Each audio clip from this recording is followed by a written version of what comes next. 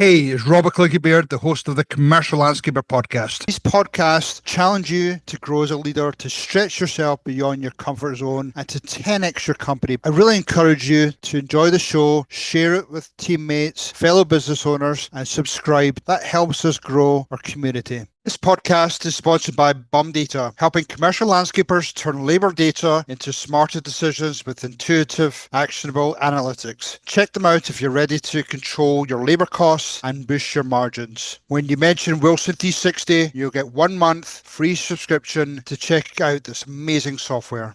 Hi, this is Robert Clickybeard with Commercial Landscaper podcast. Really excited today to be joined by Nina Mason. Nina, welcome to the show today. Thanks so much for having me on. I really appreciate it. No problem. I know it's a little bit later for you. You're based back in the UK, aren't you? Yes, that's right. So it's just gone at 5 o'clock in the evening here. So it's a little bit later, but still happy to be on. Oh, cool. Well, appreciate you being on. I know you joined us at the Wilson T60 event in Denver this year, and really appreciate you coming in. It was the first time you were able to see our Wilson T60 platform. So thank you for agreeing to join us on a podcast. No, it was a fantastic event. Really good experience to understand a little bit more about the commercial landscaping side, and what a fantastic lineup of speakers as well. For our audience, can you maybe just give them a little bit about your background? My background is not landscaping. It's a writing background. I did an English language degree and was looking for a job after university. I didn't really care what it was in, as long as it took me into writing, and I wanted to work my way up to being an editor, I suppose. And I came across a local publishing house which specifically focused on horticulture publications. I didn't really know what horticulture was, if I'm being honest. I didn't really know anything about the landscaping industry. I'd never taken notice of a bag of topsoil before, or thought about how my local park was created. But I thought I'd give it a go, and ended up falling in love with the industry. That's probably about 10 years ago now. I did leave briefly to go and work for a different industry, still for business to business magazine, but was drawn back into the publishing house I now work for, which is 44 Group. And it's kind of gone from strength to strength. I started off as an editorial assistant, worked my way up to a features editor, then became head of content, and now I'm content director for Pro Landscaper USA. Pro Landscaper USA, which hopefully your audience will know a bit more about, and working across Futurescape USA as well, which is our brand new trade show in Los Angeles. On that point, I'd love, you and I have talked about your expansion across into the US, but I'm sure there's still a lot of people that are trying to, maybe don't know about it, and maybe you could explain the overall vision of the publishing group you belong to. Pro Landscaper is originally a UK brand. It was founded back in 2011. And the idea was, we saw this really fragmented industry. We had, landscape contractors across residential and commercial, your garden designers, your landscape architects, grounds maintenance operatives, and they were all kind of working in their silos, but they weren't collaborating together. And they didn't really have an opportunity to network and get to know each other and build really strong partnerships. So we saw an opportunity there to launch what started off as just a magazine, a monthly magazine that would kind of bring all those topics to market and bring all of those people into one publication. And then we launched Futurescape in the UK, which brought the magazine to life, really. It was a one-day trade show at the time. It gave an opportunity for all the people who had been reading the magazine and the people we'd interviewed to come together to meet suppliers, just to enable a bit more of that networking and that collaboration that we saw being a really integral part of moving the industry forward. And I suppose bringing that up to date with where we are now with the USA, we think that the same opportunity was available for the US market as well. There are really, really strong publications out there for the associations, where perhaps they're more focused on a particular part of the industry, but not much really that brings, again, all of those aspects together. And we wanted to do that with Pro Landscaper USA. So early this year, we launched our publication. And again, we're looking to do Futurescape in the US. That's taking place in December. But I suppose we're looking it's more than just a magazine. For us, Pro Landscaper in the UK has become a brand. It's not just a magazine. It's got the awards. It's got our website with up-to-date news. It's got conferences that we run. There are so many different aspects and opportunities that we take to bring people together. And that's our really, really key aspect for the brand is all about that collaboration. a community. Obviously, you must have seen some success with launching it in the UK. I mean, what were some of the things you noticed as people started to collaborate more between suppliers? And I suppose, does it even include nurseries? Or Yeah, it does. It includes plant nurseries as well. I think we were just starting to see that people were having conversations at these events that enabled them to build really strong partnerships moving forward. You know, there have been product launches off the back of us bringing people together. There have been, award-winning gardens produced off the back of it. There have been things that we've produced off the back of bringing people together. In the UK, we currently run our 30 Under 30 Awards, which are 30 people under the age of 30. So rising stars within the industry. That was off the back of a panel discussion at Futurescape, where we were talking about the skills shortage and the need to attract more people to the industry and recognise new up-and-coming talent. So, yeah, it's not just probably companies that have been able to do stuff off the back of it, it's us as well. Let's take a minute to thank our sponsors. Urcher is a life brand born from grit, founded by Zach Strausser. The mission is clear: to raise $1 million for the trades by supporting vocational training across North America. Urcher makes tough, smart gear built for landscaping and snow professionals who work hard outside every day in all conditions. Their apparel puts safety first, helps crews look sharp, and honours the pride in their craft. Every purchase has purpose, fueling training programs and building a resilient workforce. Urcher isn't just workwear, it's a culture of respect, resilience, and results. When you contact Urcher, mention Wilson 360 and Zach and his team will take well care of you.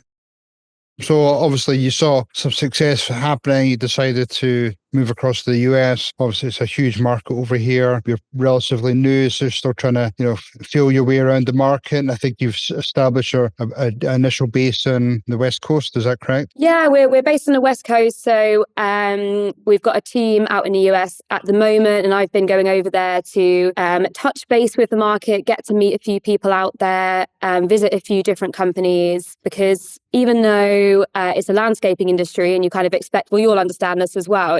There are similarities between the UK and the US, but there are also really big differences between those two markets. And I think for us, the last few months have really been us finding our feet and understanding what those differences are. Even though we've had a lot of success in the UK, launching Pro Landscaper and building that brand, I think the danger would be replicating exactly what we've done in the UK, because that might not work for the US. So we've been trying to understand what those differences are and how that works. And the only way to do that is by speaking to the marketplace, which is what the last few months have been.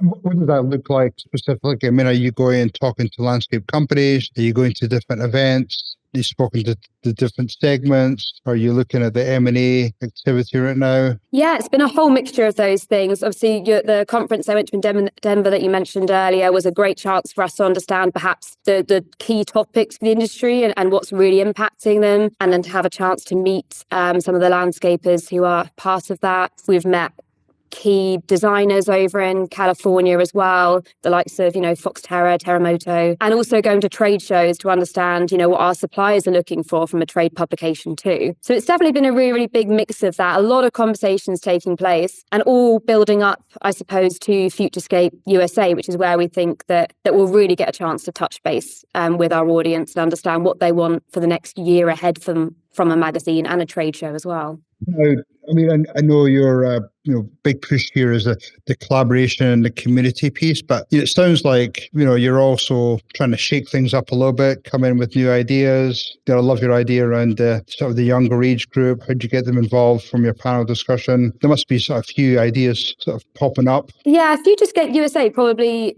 promotes that in the best format, because it's got our rising stars that we'll be looking to promote at the show. We're also doing a really cool, I suppose, Ryder Cup style competition. We're going to have a UK and a US style show garden competing to be the winner. It's a great chance of us to kind of bring together the two aspects of our company in one place and bring some of our UK audience over there as well. There's a lot of interest from the UK side as to what the US is doing, and we're learning that that's the same from the US side, as they're really interested to know what the UK market does as well, especially in the commercial grounds maintenance sector and how those two are perhaps aligned and not so aligned. Right. And then we've got, our seminar programs there. We're looking to highlight various different aspects of the industry, the outdoor living sector as well. So Futurescape USA kind of brings that to life a lot. Our latest Pro Landscaper USA is the same. It's offering business advice. That's really, really key to us, is helping businesses move ahead. Growth looks different to everyone, so it's hard to cover everything. But we want to help US landscaping companies, be that design or build, to help them progress in the marketplace. Now, I think previously we talked about, you're not just looking at the US market, you're looking at other markets around the world. So obviously, each continent has their own unique aspects around landscaping. Is that correct? We were at our company away day early this year, and I kind of said, what's your really, really big goal for Pro Landscaper? And ours was, I suppose, world domination, really. Like we want to build a global community that is Pro Landscaper. The US is one of the biggest markets to do that in. Obviously, the UK, we feel that we've already achieved a lot of that, and we'll keep trying to move that forward in the best way that works and adapt that to changing markets. But we've just launched Pro Landscaper International, which brings all of those different continents together. So our Pro Landscaper International Awards, we're hosting different heats in different continents. So we've just held our Europe one at Futurescape in London. We've got the North and South America heat being held at Futurescape USA. And we'll be holding heats for the Middle East, India, Asia, Australasia and Africa as well next year. So that's a really key opportunity for us to showcase projects from around the world. And then we launched Futurescape Global this year too, which is held in Saudi Arabia, which again is such a thriving landscaping market with huge opportunity with Vision 2030. Yeah, there's a lot of opportunity. It's a really, really big task. I'm not going to lie, it's nerve-wracking, but it's also really exciting to be able to bring together all of these different communities from around the world under one brand. It's a huge challenge, but it's an exciting challenge. Just before the call started, we talked about, it's a pretty tough environment right now. A lot of companies, and even from my own perspective of being a consultant, there's so many events, and it's like, how do you the bandwidth for attending those events? How do you differentiate yourself? It gets back to a comment I made earlier, do you disrupt by adding more value to those events? What's your thoughts around that, and how do you make yourself stand out and sort of maybe attract people away from other existing events? Yeah, we definitely think there's space for all of these events that are taking place. It's not like we're trying to replace one necessarily. But I think what really makes us stand out, and it will sound like a sales pitch, but we genuinely believe it, is, Futurescape USA is a content-driven event. We want to offer businesses key reasons to attend. This isn't, just a way to make money off the landscaping industry. This is a way for us to give something back in a way. It's a way of us bringing that community together. And we truly believe that. We're really, really passionate about the landscaping industry. We say over in the UK that we're kind of immersed in the industry and we report from within the industry rather than on it. We consider ourselves part of that. We're part of the trade associations, for instance, and over in the US, we're working with the trade associations as well. So it really is to be part of that. And I think that content-driven aspect is a really key part of us being a really great event to attend. We want these seminar discussions to be thought-provoking. We want them to be on key topics that will help people, look ahead for the following year. And we want there to be the best suppliers there in the industry. We want to connect those companies with them. So, I'm sure some of this is what perhaps some of the others say, but I think it's that passion that really sets us aside. There was nothing like Pro Landscaper in the UK before we launched it. No one was bringing these industries together, and that's what we really wanted to do. And we want to do that in the US too. That's awesome. I love it. How do you, as you're beginning to scale companies, we talk about scaling companies and mainly we talk about scaling landscape companies, but when you're talking about scaling Pro Landscaper, obviously a couple of things come to mind. You need good people to help you internally, but also you need people and content to help build out that value to people that are, becoming more aware of the platform. How do you build that I suppose, that network or that base of people or content? I think a lot of people are probably like me coming into this, where they perhaps don't really know the landscaping industry very well. They'll normally be coming in it from a writing background for my particular team, or marketing or design or sub-editing. So a big task of ours is instilling that passion within them, which one key way that we really like to bring our team members on board is by taking them to events and kind of bringing them along for the ride. That's part and parcel of being an editor, which is great. But we also include, our marketing team within that. Our designer comes to our awards and is a full part of those. So I think it's making everyone really feel part of the team. It is difficult because we do have such bold ambitions. We're a small company in some ways, and then there are some times where, we do have to ask people to work, perhaps extra hours, or sometimes it feels like we're asking them to do these big tasks. But I think it's really, really exciting for us. And if we can build that excitement and make them realize kind of what the end goal of that is, which is what we've been doing over the last few months, then they get to be part of the reward as well. You can imagine how excited our team members were when we said we were going to Los Angeles, and they were joining us for that. That's not such a hard sell, I'll be honest with you. But sometimes working US hours in the UK, a bit of a harder sell. So it's probably getting the balance right and finding the right team for that has been a challenge, and we take time with our hiring process to try to make that the case. I think, and there was a speaker at your Denver event, Anastasia Toomey, I think, who was talking about the right people, right seats, perhaps something along those lines. And that's exactly what we've been trying to do over the last few months. That really resonated with me, and that's been a big focus. And a couple of ways to help that is, obviously once you find the right people, it's great. But, if you sell them on your vision, where your company's going, whether it be regionally, globally, that gets people excited. So,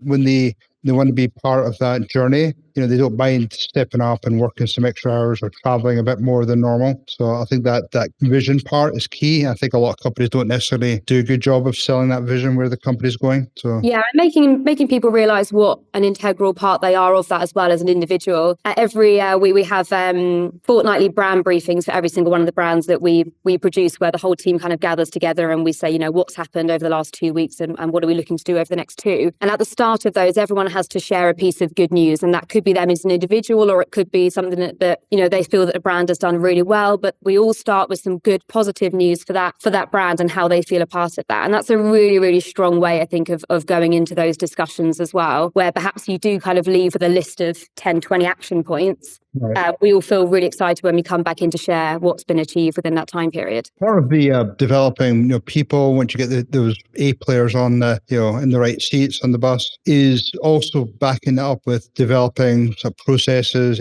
SOPs, which again can be done successfully, I think, locally. It's a little bit tougher to try and do that more on a regional or global basis. Is that something you're still trying to wrap your hands around? Do you feel as though you've got a good system in place? Yeah, we definitely do have a good system in place, but I think a key part of that is just being adaptable and listening to the team when they suggest something. I've been at this company for, as I said, a while now. And it's really hard sometimes for me to accept that somebody wants to change the system that perhaps I've put in place. And you can feel quite precious about certain things. And one of the things that I've had to be really, really focused on over the last year, probably, where my role has really changed and I've had to focus on the UK and the US, is delegating more and allowing people to, the editors, to dictate to a certain degree how that process looks for them and what works really well for them and their team. So I think a key part is being adaptable and open to change. We held a workshop as well not too long ago where we brought kind of everyone together who worked on different brands too, and got them to work in different groups to understand, actually, from an outside perspective,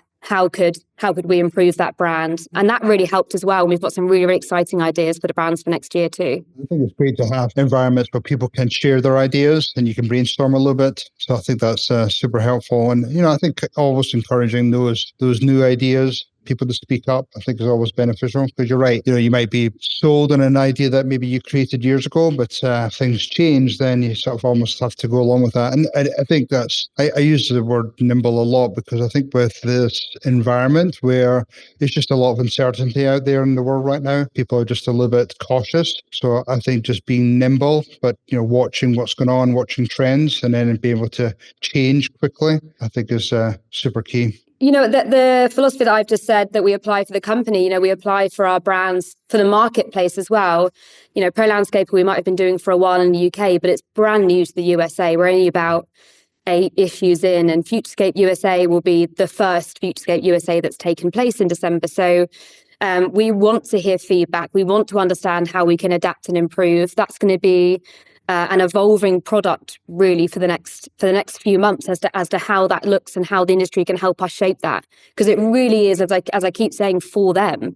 So we want to hear feedback. We want to know how we can improve it, and we want to know how those brands can work best for the industry. That's really, really key to us. After an incredible retreat in Denver, we're already looking ahead. I'm Joe Kujawa with Wilson 360, and I'm excited to announce that the 2026 Thought Leaders Retreat will take place July 27th through the 29th in Arlington, Texas. If you're a CEO or a senior leader of a landscape company operating at scale, this is your room, where every conversation is with someone who understands the decisions you make and the complexity you manage. That's what makes TLR different. It's not another conference. It's the one place where you can think out loud with true peers, challenge ideas, and walk away sharper.